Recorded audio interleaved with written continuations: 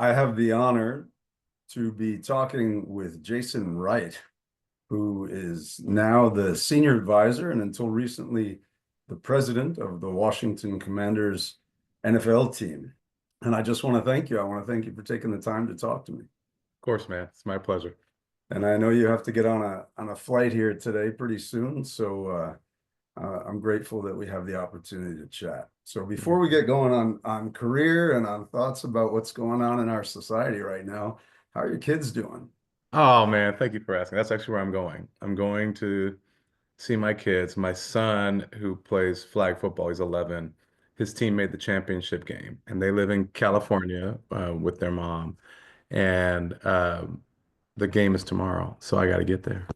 And Yeah, so I all of a sudden had to get out of town to get to this game. And they're actually doing really well. And one of the things that I've been able to do in this transition period where I'm still running the Commanders until they find somebody to replace me, I've been able to spend a little more time out with the kids in the day-to-day stuff. And man, is that rewarding. Like what it does for my soul to be able yeah. to be present with them like that is pretty remarkable. Well, I've seen a couple photographs that you sent. You guys look really happy hanging out together. Yeah, man, it's good. It's good. Well, and my son is playing flag football. It's he's a soccer player, so he's learning how to Yep. use his hands instead of just his feet. And it's actually a league that's supported by the Commanders. Um, Great. and so his team, they crushed their first game, and then the league decided that that meant they had to be pushed up into a little bit of a more competitive Hmm. space. And unfortunately for them, that's meant losing, I think, almost every game by one touchdown. So Oh, but oh, at 10 years old, I tell you what, they're resilient, right? And that's no, right. none of them complain. They put their heart into it the whole time. They have fun. Learning how to lose at that age is a really important skill set. Yeah, yeah. And I And think honestly, it's the especially now, coach, Joe Martinez, exceptional coach. that's He great. not only is good at the game, but he gets the kids. Mm. He doesn't have any negative energy that he puts out there. He doesn't get frustrated. He just kind of pulls them together and, and works to their strength. Great. I'm so glad he's having that experience. That's a Yeah. blessing. Well, good luck Yeah, on the thanks, man. championship. Thanks. Let me start with a question for you, Jason. Your middle name. Tell me Hmm. about your middle name. Yeah, my middle name is Gomillion. It's French in origin, Gomil. We think it traces back to Martinique, and it's my mom's side of the family. But the importance in terms of history and social activism, which flows through my family, is that Charles Good Gomillion is my ancestor. He was a professor at Tuskegee and an activist in the civil rights movement who um, took a case on redlining of communities. So this is the idea that voting districts can be arbitrarily assigned. They took that when those lines were drawn through Black communities to disempower Black voters. He took that to the Supreme Court and won a really important case, Gomillion versus Lightfoot, that made that sort of redistricting and redlining illegal in our nation. Now we know it still goes on. It's still an evergreen topic, but it was a landmark case, and he was a transformative figure in the institutional changes that happen in civil rights. And so it's a really important name that we continue to pass down. It's my mom's maiden name. It's my middle name. If I have more kids, I'll throw it on one of them too.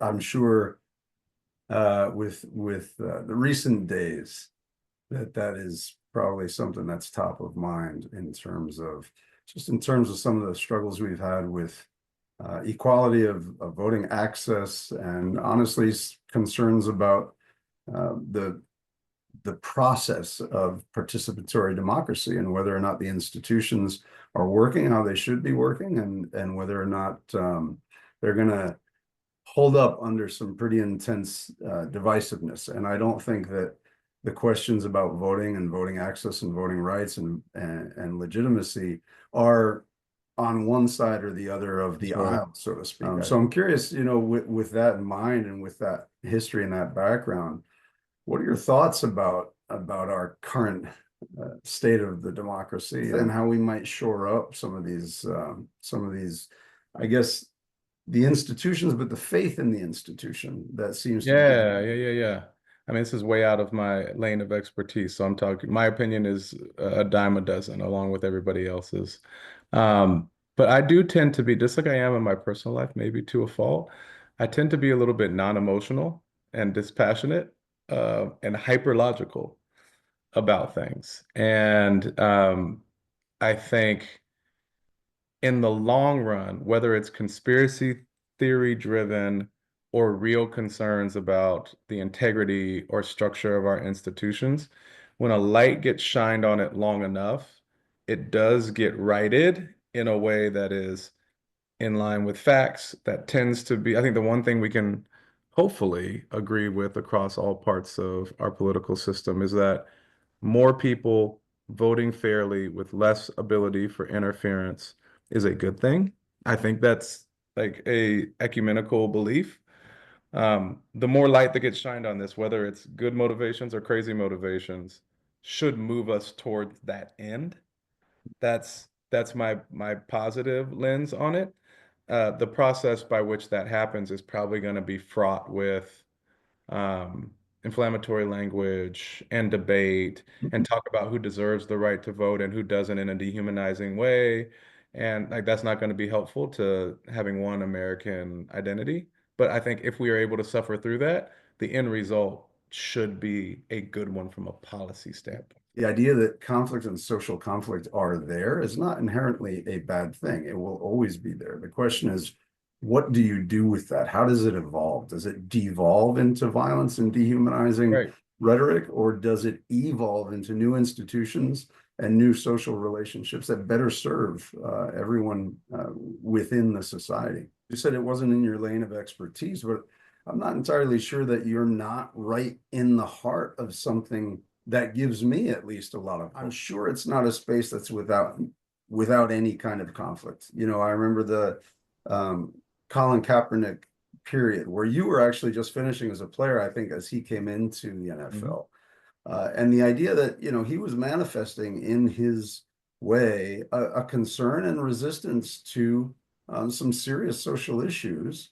And that created a lot of intense controversy, where on one hand, people were saying, this is really important that we bring this to light. And I think that history has upheld his concerns in some pretty stark ways. And on the other hand, people are saying, hey, this is sport, leave that stuff at the door. Mhm. So I'm curious, in your experience, you know, how have you seen that manifest? How have you Yeah. seen people work through it because they're a team? Or what are the spaces in which we actually get to know one another Yeah. across Let me differences? start with where I sit now and like the beauty of sports and especially the NFL. Because the NFL fan base is truly a cross section of all society. It's a place where across socioeconomic demographics, across race, across gender, across sexual orientation, across even increasingly even nationality, everybody watches NFL football. Everybody watches NFL football. And in our stadium on Sunday, there are people sitting next to each other and high-fiving who have probably threatened each other's life in chat rooms or online or on social media anonymously. It's a place where there is still some vestige of common identity. And the us versus them is playful, even though people get drunk and fight and all that on occasion. The us versus them is still playful and empowering. And so it remains a place of health for us as a society, if I may use that word holistically. It remains a place of health for us as a society. And that's one of the great privileges of running an NFL organization and being involved with big sports is the ability to create that space that we all need inherently as humans to be one of many with fewer of those dividing lines that trigger our fight or flight or all these other things. So it's a really beautiful thing and it's a privilege. I think as a player, there's a very different kind and distinct privilege of being in the locker room. Um, Unlike most of corporate America or any job, um, the NFL locker room, and I think the military falls into this category as well, is more of a meritocracy. It's closer to a pure meritocracy, where if you are the most talented person who understands the playbook the best, who has the best physical skill set, who can put those two things together to execute on the field better than somebody else, it kind of doesn't matter who your dad is. It kind of doesn't matter where you were born. You're going to get on the field and you're going to get playing time, and it's going to benefit you. Um, that's different than the rest of society.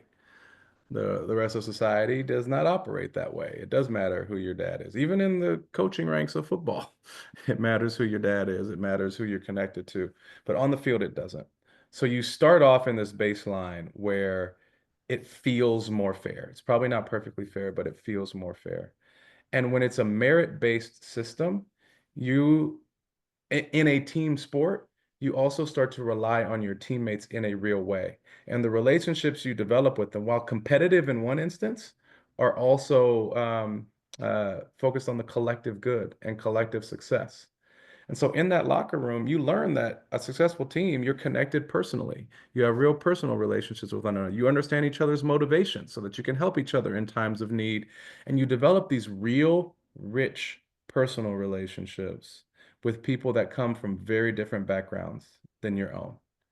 If I think about like when I was on the Browns, where I spent most of my career, the folks I hung out with spanned from a guy who was from the hood in Houston, who like, barely got through academically, but I think was actually a brilliant thinker, one of the biggest hearts I've seen, was dealing with the consistent issues of like trying to bring family along, when they come from a background that can be really harmful when a bunch of money comes in the way, like all this stuff, like a guy like that, who is a very close friend to me, to a guy who's a Jewish, agnostic Jewish Duke grad philosopher, like focused on like making sure that his future was set up, and all of these people coming together Yeah.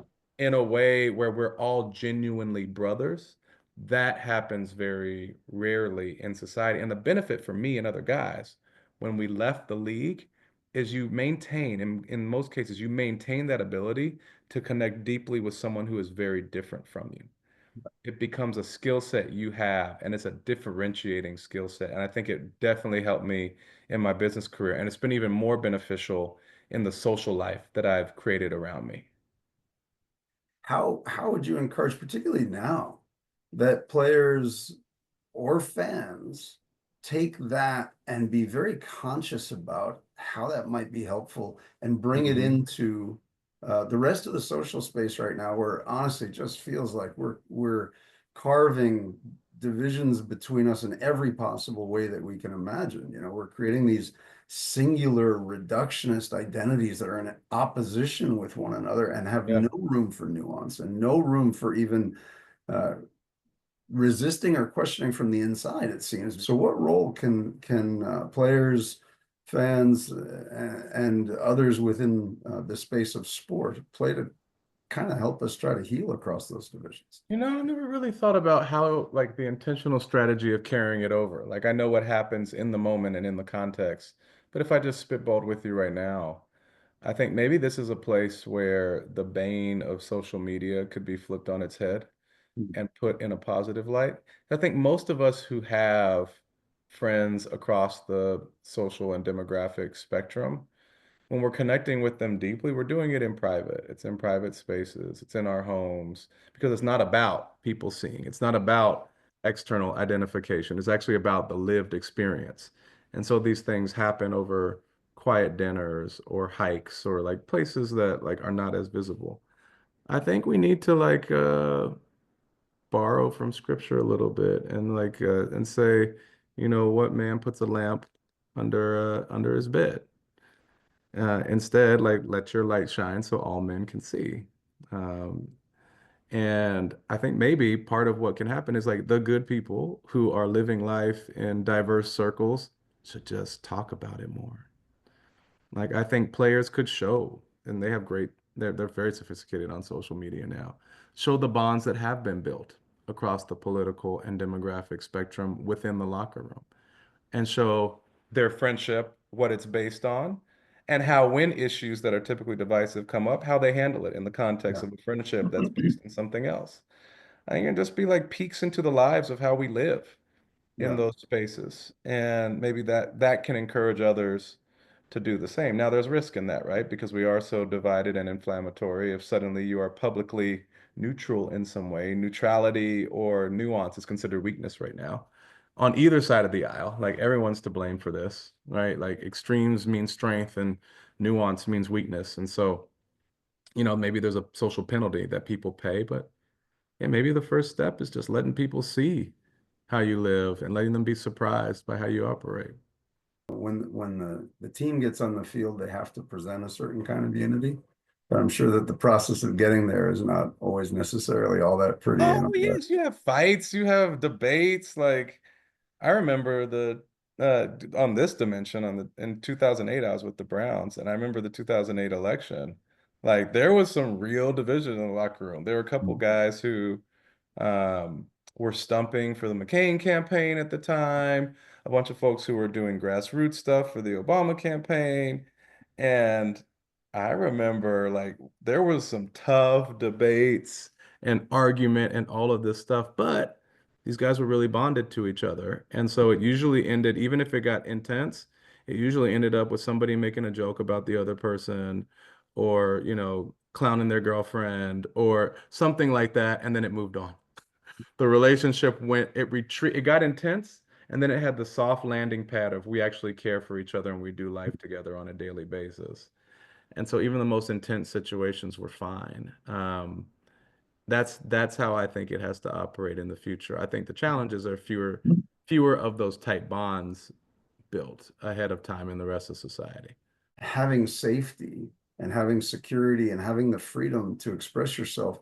I've witnessed this in conservative evangelical spaces, and I've witnessed this in the LGBTQ community.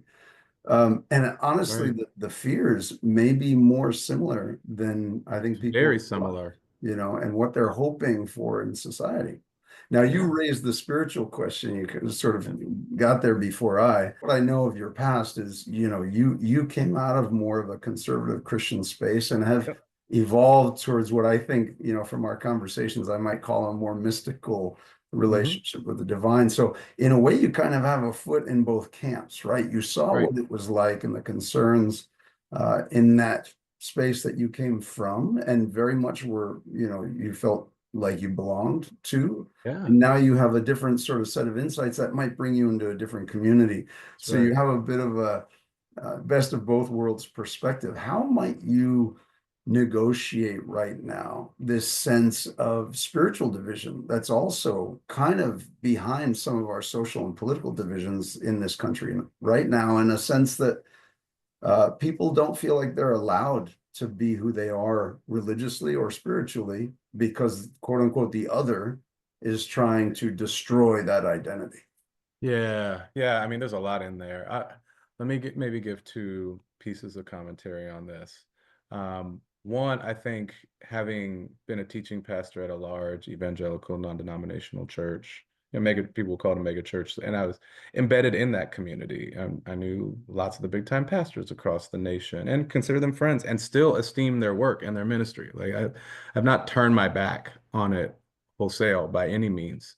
But being steeped in it in a way where I wasn't fully authentic to myself. And the other ways that people start to evolve over time is certainly how I lived it. But because I lived it and was in it, and I can still call on the version of myself that, was like truly dogmatically believed every piece of the stuff, I have a lot of empathy for how people right now in this moment are so afraid and can be agents of divisiveness when they don't intend to, and that's not in their heart at all. I'm sure there are people where it certainly intends to be that way, but I would argue there's a preponderance of people who they believe they are really trying to serve the kingdom of God's interest on this earth, and that in this case, a political manifestation of that kingdom is the best path to seeing the peace and righteousness and justice um, and charity and the ways that they think that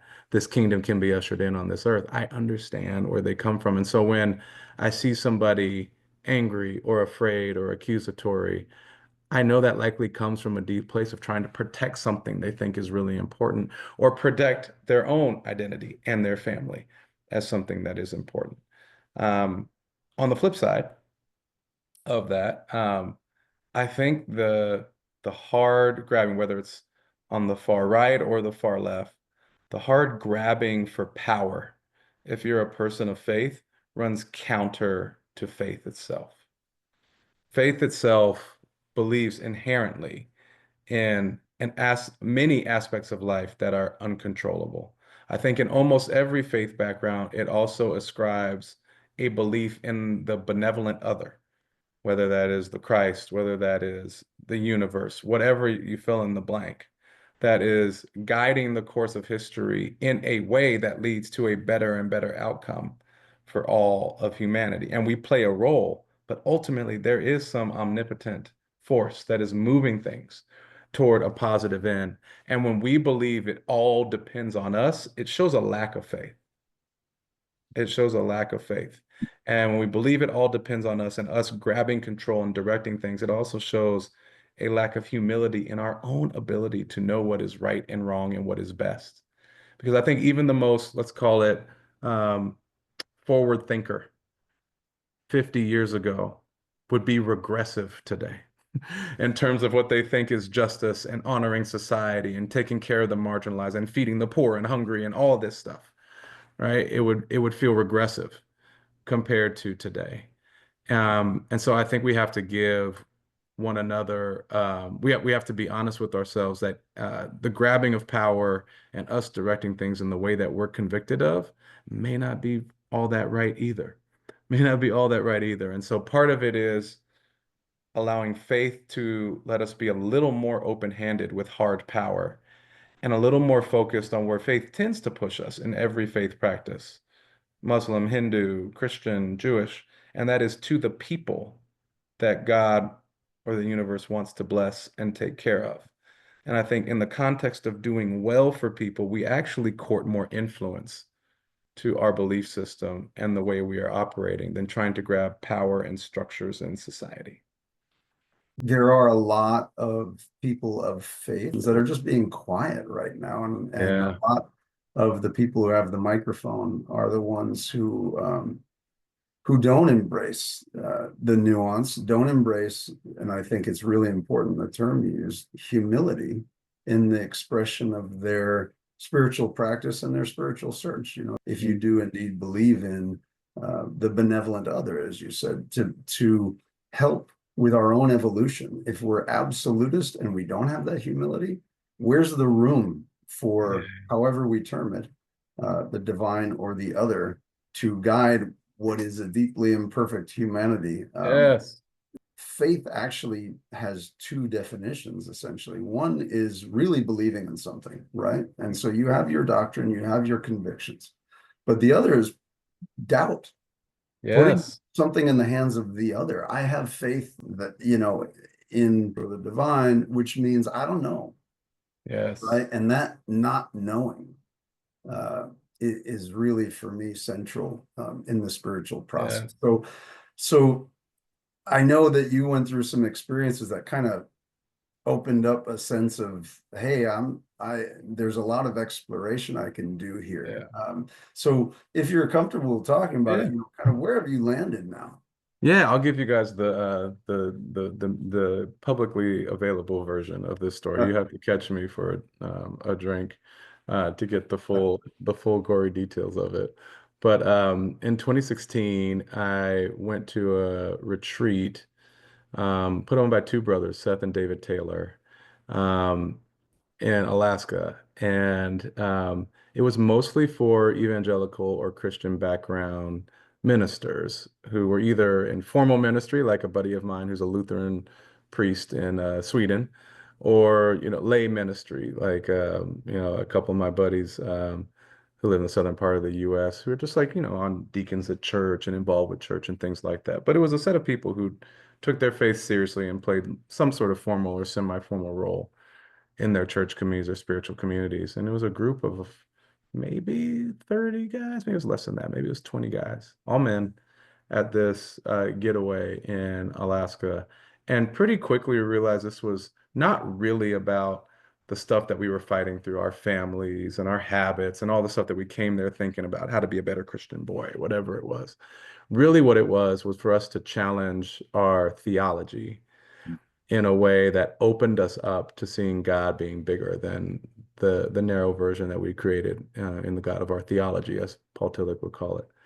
And For half the people, that was like sacrilege and they bolted. For the other half of us, it was like, this is remarkable and what I've been waiting for. This is what I've been needing to hear. And it wasn't really, nothing was not Christocentric. The Christ was still at the center of it. It was still very rooted in traditional theological language and ways of thinking, but it incorporated indigenous spiritual practices and breath work and getting in touch with your body. And man, for me, it was absolutely transformative. Without recounting the detailed spiritual experiences, I came back a transformed person, and probably in three ways. One, I knew that the mystical world or the spiritual world was so much bigger than I had realized before. I needed to be open to the angels, the messengers, the energies that came from places I wouldn't expect before.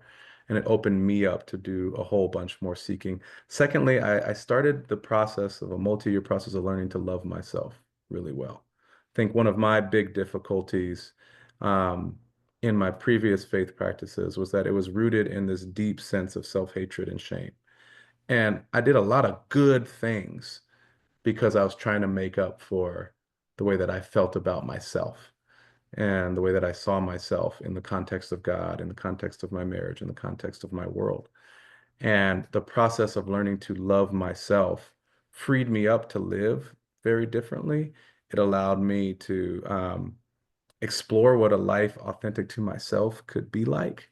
And that was very disruptive. It was very disruptive to my social relationships, my connection to the church communities I was a part of. It definitely turned things upside down in that journey, but was really important for me. And I can, confidently say that that journey of learning to love myself has continued and accelerated. And man, it feels good to live that way, even when upheaval is going on around you and when things seem disorienting, when you know you have deep love for yourself and you believe that the divine, that God, that Christ loves you also, man, that is a good place to live from. You can pretty much weather just about anything. And then the third thing that I came back with uh, was an understanding of the need of authentic community where people really know you. I used to preach this all the time. I used to say this line. I don't know where I got it from. I stole it from somebody, as any good preacher does. Um, that you can't be fully loved unless you're fully known. And I used to say that. Meanwhile, nobody knew who the heck I was for real. But I would preach it anyhow. Doesn't mean it's not true. But I came back from that with a small group of guys who really suddenly knew me. They really suddenly knew me because all the good, bad, and the ugly spilled out over these few days. And I realized the importance and the health of surrounding you with people who can see as many parts of you as possible. And if I look at my life now, the people in my inner circle are people that see every part of me. And I'm a very weird person. The parts of me do not integrate very well. In one sense, like I am this, in another sense, I am this, another sense, I am this.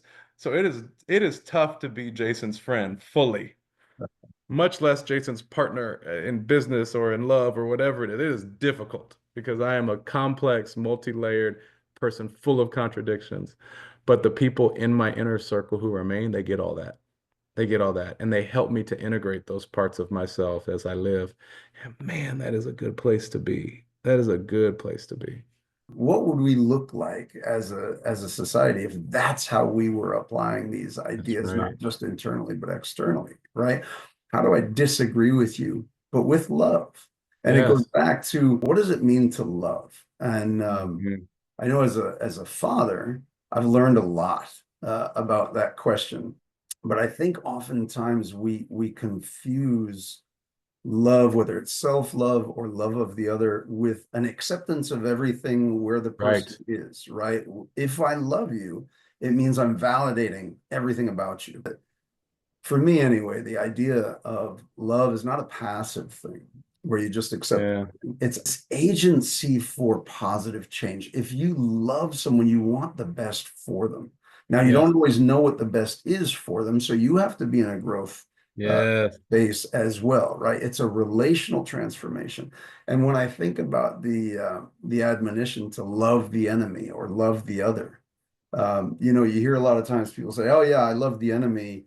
this person who did me harm, I still want them punished. I want them to suffer, but I love them in this abstract, spiritual way. What does it look like if you want the best for them? And what's your responsibility in that space? Now I don't think we can see our way to always engaging someone at that level because some Yep. folks really challenged us or really harmed us. Yes. But what would it mean to actually approach someone who you don't like or who has done you harm or who Yeah. you're afraid of, not to try to impose your view on them, but to explore within them how can they evolve to a place where they're more healed Yeah. rather than harmed? And what role am I playing in harming or healing them? Um, I think you highlighted an important word in this, which is acceptance. And I think love does contain some measure of acceptance, but you highlighted not like global acceptance or not infinite acceptance of every behavior, every way of being, every thought, and every action.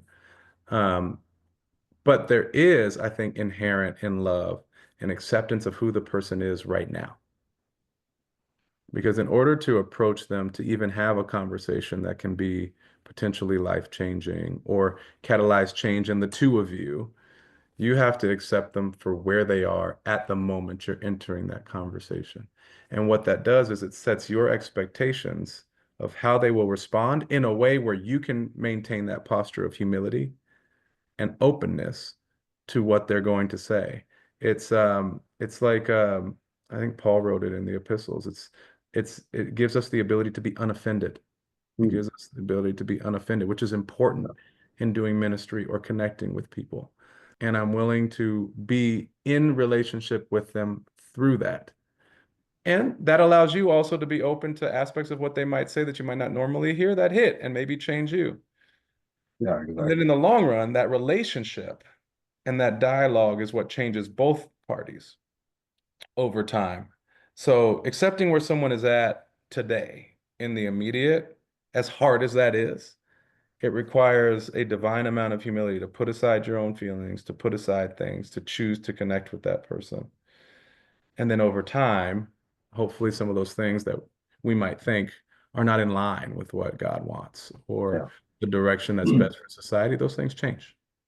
One of the terms that I've heard that really resonates with me is this idea of the grace of imperfection, right? Mm, I think my understanding of Christianity is that there is a deep imperfection in the human individual and in the relationship with the divine. And if you can see that as an opportunity to improve, while again, in a Christian framework, being wholly loved in imperfection, I think once we accept our internal imperfection, then we have no other option but to give other people the room to be imperfect. And that's where we yes, start to enter into this kind of mutual imperfection that gives us the grace to allow the other to change and to change ourselves. That comes back to this idea of self-love is not just a passive acceptance of everything I am. It's that's an right. active intention to grow in terms of That's right. how I can care for self and other. So speaking of self and other, we're coming up on Thanksgiving, right? Which is really kind of a time Yes. for a lot of people to embrace family and food. And I just want to hear from you, is this a holiday that means something to your family? Or tell us a little bit about that, what is the space in your life and in your family's life where getting together and communing over food is powerful and meaningful. Food is huge for me, period. Even in my daily life. It's my preferred way to connect with friends. It's my preferred way to sit with a lover. It's my preferred way to do anything, like is over a meal. Because I think like a good food and a good meal with good company, the smells and the tastes and all that, they elicit memory.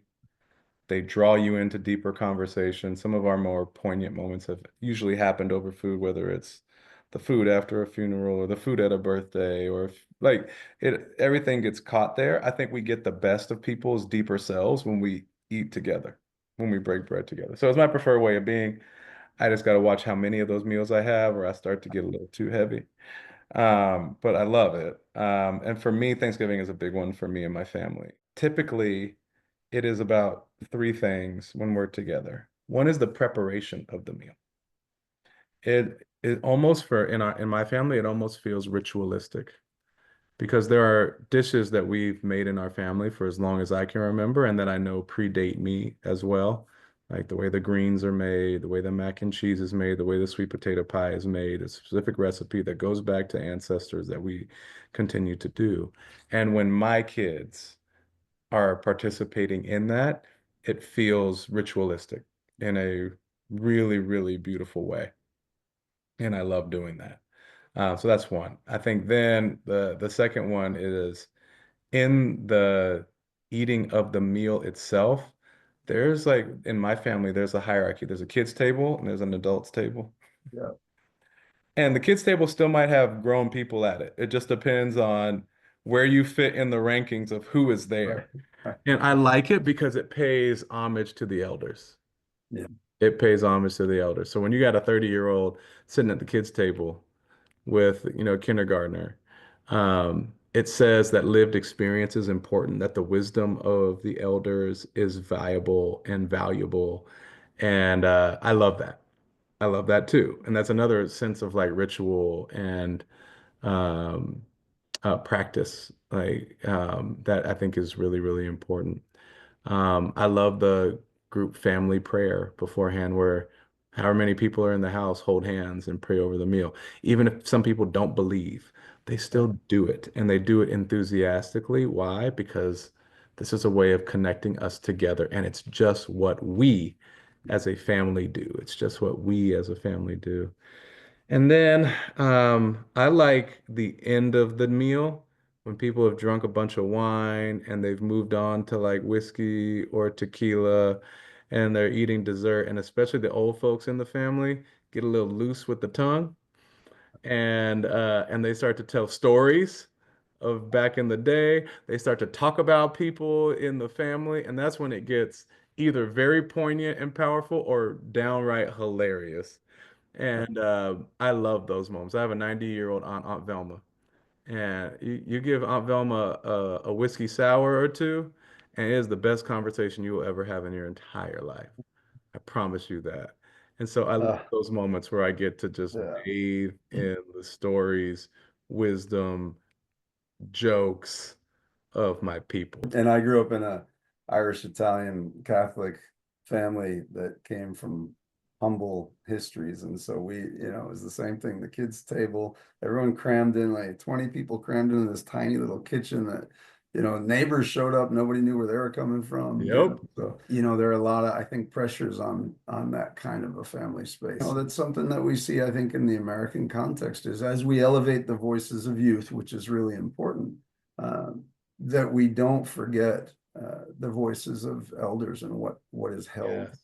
in their experience and in their hearts. And unfortunately, I see a little bit of stress on that. Having, spent a lot of time in the developing world where Yeah. family is really important, where the elders really have a strong voice still. Yeah. Something that I think we need to be careful not to lose in our own culture. Agreed. So quickly, because I've taken almost an hour of your time and I'm grateful for it. And I know you have to get on a plane. What's next for you? I don't know yet. Um, Actually, that's not true. I kind of know. I've got I've got a few different paths I could take, and I'm sort of seeking and praying and thinking through which one, because they all, we probably make it bigger than it is, but every single one of them feels life altering for me. There's some great jobs in sports. Thankfully, coming out of this with a reputation for having turned around a franchise that was in a ton of trouble, both on the business side where the revenue and profit trajectory has gone through the roof and we've made a bunch of progress. And maybe more importantly to some people on the cultural side, it becoming a place where people want to work, where they're esteemed, they can see a career path for themselves that's respected and connected in the community. And getting a few really important things done. The last thing on my list is to get a stadium deal done that secures the future of the team. And hopefully I'll get that done by the end of the calendar year and I can feel really good riding off into the sunset. Um, so staying in sports is an option for me because people have seen that work and are like, all right, I could have this guy do something for my organization. And I guarantee my organization is not in as bad a shape as the one he took over. So there's some momentum there. But also private equity is calling. Um, There's a lot of private equity money heading into sports and entertainment. And more broadly, I'm just generally an operator now who's turned around a business that was in rough shape. And so that kind of expertise is in demand. And there's a lot of folks now running these funds who are interested in not only investing money, but shaping those organizations in the industry for the better with that money. With that money comes their values, and in many of those cases, those values very much align with mine. And so I'm looking at some of those folks who are either raising funds, have funds that I can come and support, both in the sports and entertainment space and beyond that. And then, the third thing I'm looking at, and it's more longer term, is like, where do I want to be when this is all said and done? And how do my next set of decisions like make a path there?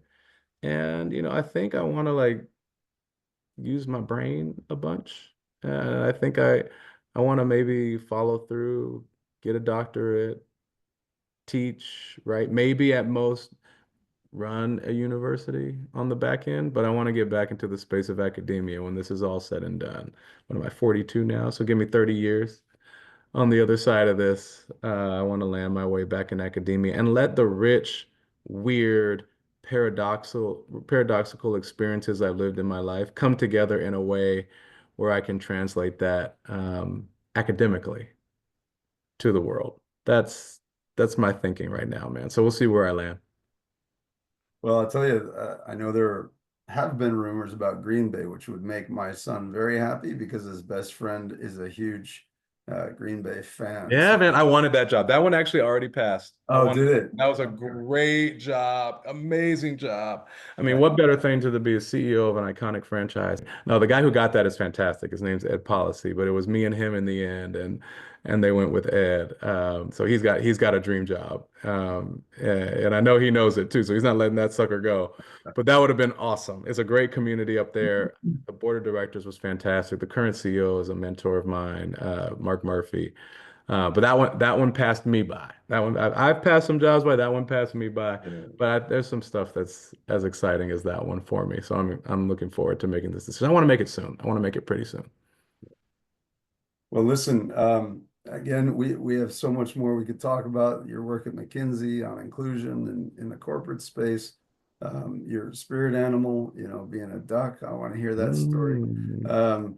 And maybe I can at some point twist your arm and drag you out to my son's flag football game where they would Oh, that'd be have, fun, I'm man. sure the team would be just blown away to have you Oh, hang that'd out. be fun. I love doing stuff like that. That'd be fun, man. It's been an honor not just to talk to you today, but to talk to you in the past and get a sense of, your own journey and to learn from you and hopefully, some of the ideas we shared can percolate out and kind of help in this transition time for the United States, hopefully towards something a little more caring and compassionate and inclusive. But thank you, Jason Wright, and we will talk again soon. Have a safe trip. Thank you, brother. All right, appreciate you, man. All right.